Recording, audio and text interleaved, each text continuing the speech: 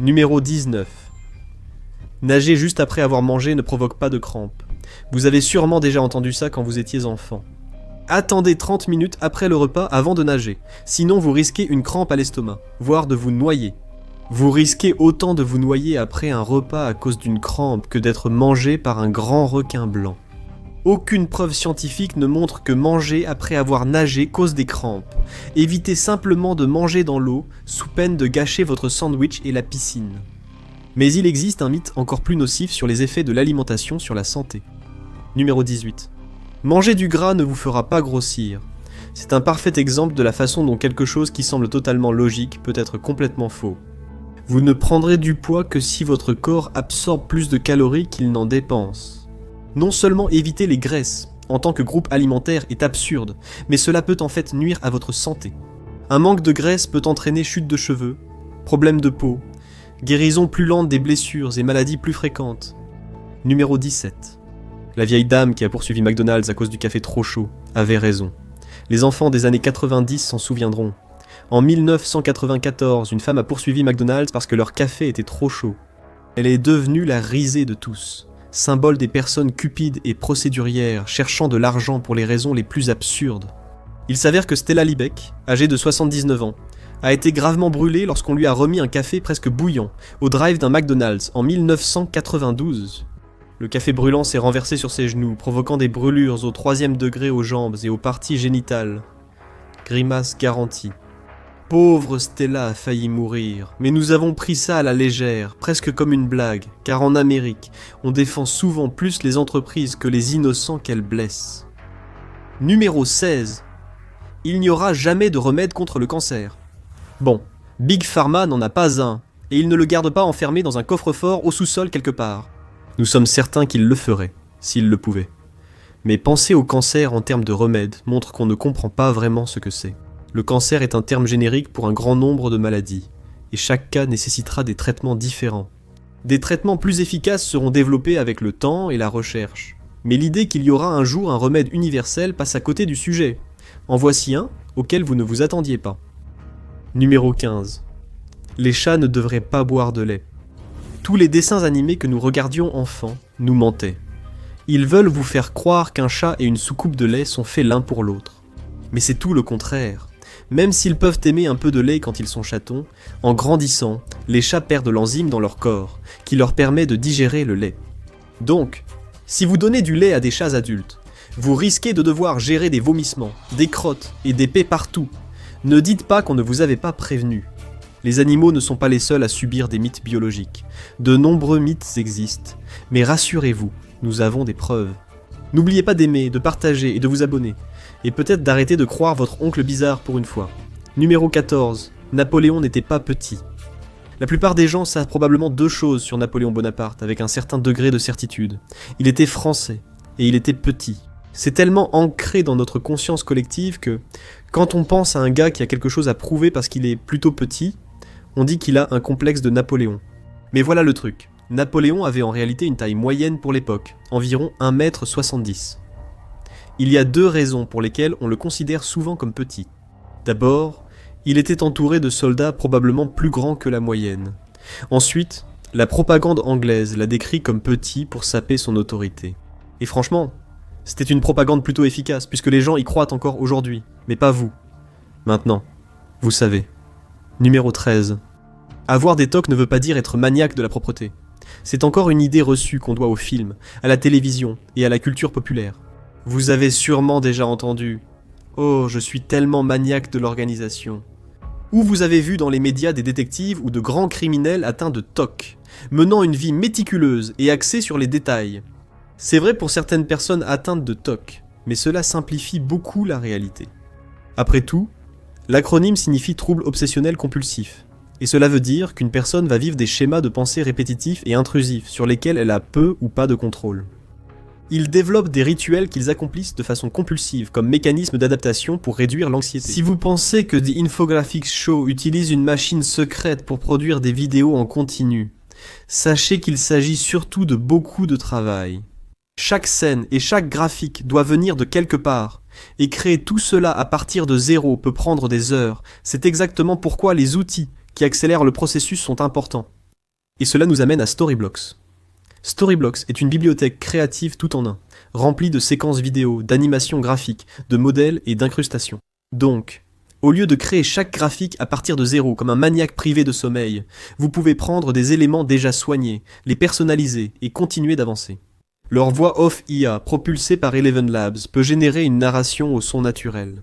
Si vous avez besoin d'une voix rapidement et que je ne suis pas disponible, l'humanité a prévu un plan de secours. Pour des visuels personnalisés, leurs outils de montage vidéo IA, alimentés par Runway, permettent de générer et d'ajuster des éléments rapidement tout en gardant le contrôle.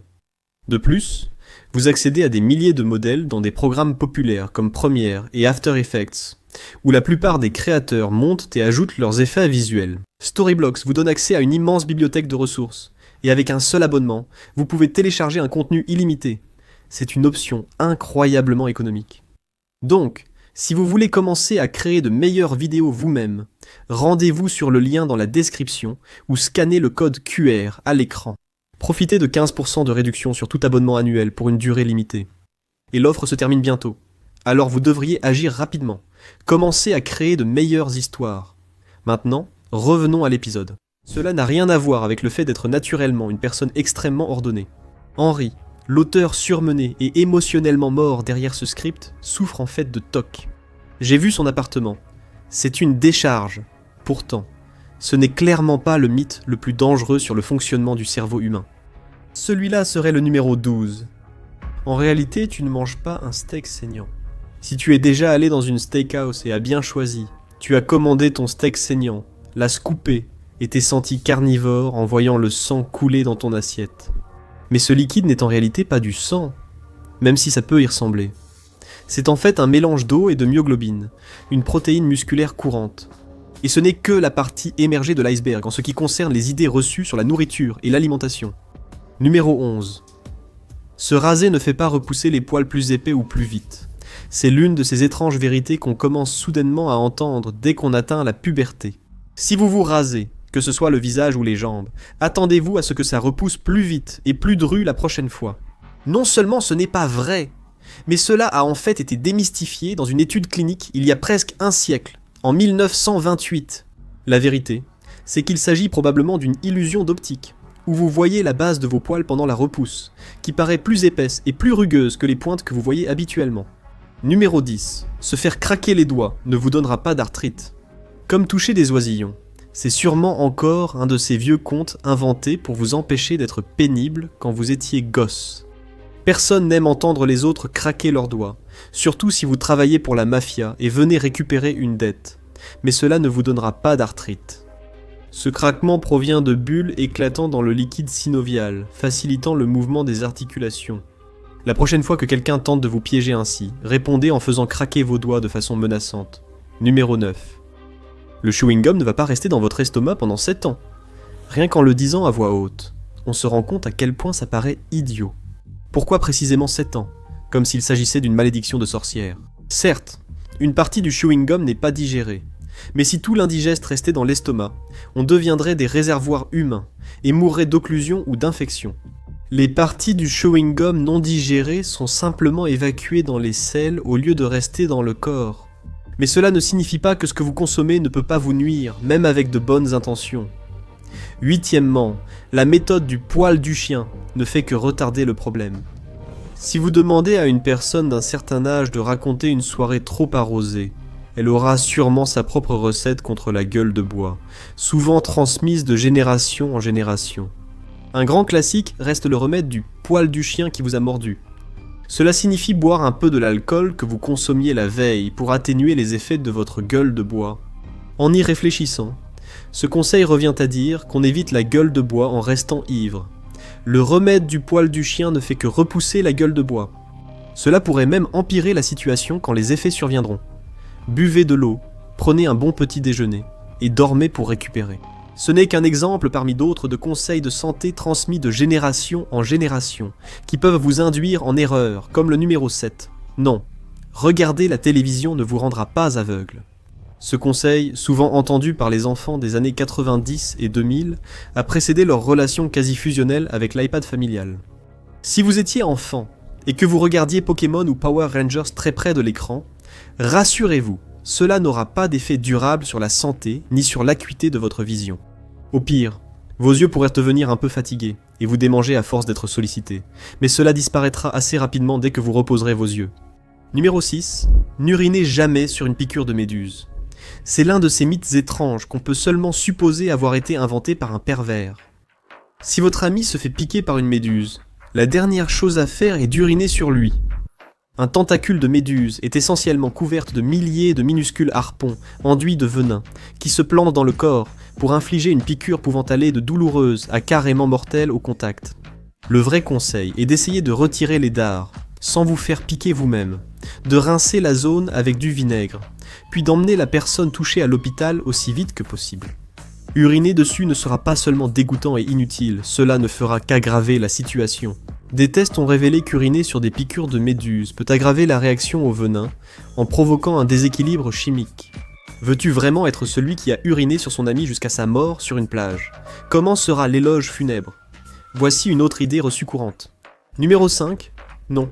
Tu ne manges pas une tonne d'araignées chaque année en dormant? On répète souvent comme un petit fait insolite que tu avales accidentellement 8 araignées par an pendant ton sommeil. Ces petites créatures à 8 pattes soi-disant attirées par les bouches humaines adoreraient grimper à l'intérieur pour y trouver leur perte. Mais tout cela est faux. Bill Scheer, professeur de biologie au Hampton-Sydney College en Virginie et ex-président de la Société américaine d'arachnologie, a déclaré « Les araignées nous voient comme un gros rocher. Nous sommes si grands que nous faisons partie du paysage. Une araignée n'approcherait pas volontairement une personne endormie. Et si vous ne voulez pas croire un expert en araignées, eh bien, on ne peut rien pour vous. Profitez de votre dîner imaginaire d'araignées. Numéro 4. Les tueurs en série ne sont pas des maîtres du charme. C'est quelque chose que l'on voit tout le temps dans les films et à la télévision. Personne ne sait manipuler comme un psychopathe meurtrier. Leur charme exceptionnel peut pousser même les plus rationnels à se rendre vulnérables, puis les attirer dans un lieu isolé pour les tuer. Regardez Ted Bundy. Tout le monde dit que ce type débordait de charme et que c'est comme ça qu'il a pu attirer autant de victimes sans effort. Mais bien sûr, ce n'est pas vrai, n'est-ce pas? C'est une invention des films pour rendre les tueurs plus intelligents et sophistiqués qu'en réalité. Ted Bundy a attiré de nombreuses victimes grâce à des techniques de drague douteuses. Il portait un faux plâtre et sollicitait l'aide de dizaines de femmes. Et la plupart du temps, ces femmes refusaient, le trouvant inquiétant et dérangeant. Il a simplement réussi à trouver autant de victimes en persévérant jusqu'à ce que quelqu'un finisse par accepter. Numéro 3. Le sexe ne rend pas les vagins définitivement plus lâches. Vous avez probablement déjà entendu ça si vous avez un ami, ou plus probablement une connaissance, qui écoute ces étranges podcasts de mâles alpha. Vous savez, ceux qui sont animés par des types qui ont des mandats d'arrêt en cours contre eux. Parce que, comme les vampires mythologiques, ils sont étrangement obsédés par les vierges. Ils justifient ça en disant que le sexe est moins agréable avec une femme qui a eu plus de rapports, parce que ça voudrait dire que son vagin est plus lâche. C'est absolument, complètement absurde. Comme tout le reste de ce que ces types racontent, le vagin est un muscle qui peut se contracter et se détendre. Pendant et juste après l'acte sexuel, il se détend pour rendre le rapport plus facile et plus agréable. Mais peu de temps après le rapport, le vagin revient à sa forme et à sa taille d'origine. Quiconque vous dit le contraire n'a clairement jamais eu affaire à un. Deuxièmement, beaucoup d'experts en langage corporel sont en réalité de vrais imposteurs. Vous avez vu ces types partout sur YouTube et dans le monde des podcasts. Certains se présentent comme psychologues, d'autres comme ex-policiers ou membres de la CIA, tous prétendant lire les gens comme Sherlock Holmes au moindre geste. La plupart du temps, ils sont à peine plus fiables qu'un chiromancien ou un cartomancien, masqués par un vernis pseudo-scientifique. Il va sans dire que les signaux non-verbaux sont une partie extrêmement importante de la communication humaine, mais la signification de ces signaux dépend énormément de la situation, de la culture et de la personne. En lisant assez d'études, on constate que beaucoup de ces prétendues règles se contredisent souvent. Un tour de passe-passe peut amuser en soirée, mais quand des gens risquent d'être enfermés à cause des propos d'un type chauve sur leurs sourcils, la désinformation devient dangereuse. Ne faites pas confiance à ces personnes. Premièrement, vous vous souvenez mal de beaucoup de répliques célèbres de films. Celle-ci est un peu bête, mais elle va sûrement vous épater. La mémoire humaine étant faillible, les détails se confondent lorsqu'on s'en souvient. Donc, très souvent, on finit par citer accidentellement de travers quand on récite certaines de nos répliques de films préférés. Dark Vador n'a jamais dit « Luke, je suis ton père ». Il a dit « Non, je suis ton père ». Bette Davis n'a jamais dit « Attachez vos ceintures, ça va secouer ». Elle a dit « Attachez vos ceintures, la nuit va être mouvementée ». La méchante reine de Blanche-Neige n'a jamais dit « Miroir, miroir, qui est la plus belle de toutes ». Elle a dit « Miroir magique au mur, qui est la plus belle de toutes ». Dans Les Dents de la Mer, le chef Brody n'a pas dit « On va avoir besoin d'un plus gros bateau », mais vous allez avoir besoin d'un plus gros bateau. Partagez vos exemples préférés dans les commentaires. Comme évoqué plus tôt, il existe de nombreux mensonges sur la nourriture, et bien plus encore. Regardez, vous avez été empoisonné par les mensonges quotidiens des supermarchés. Pour découvrir la vérité, ou cliquez sur cette vidéo.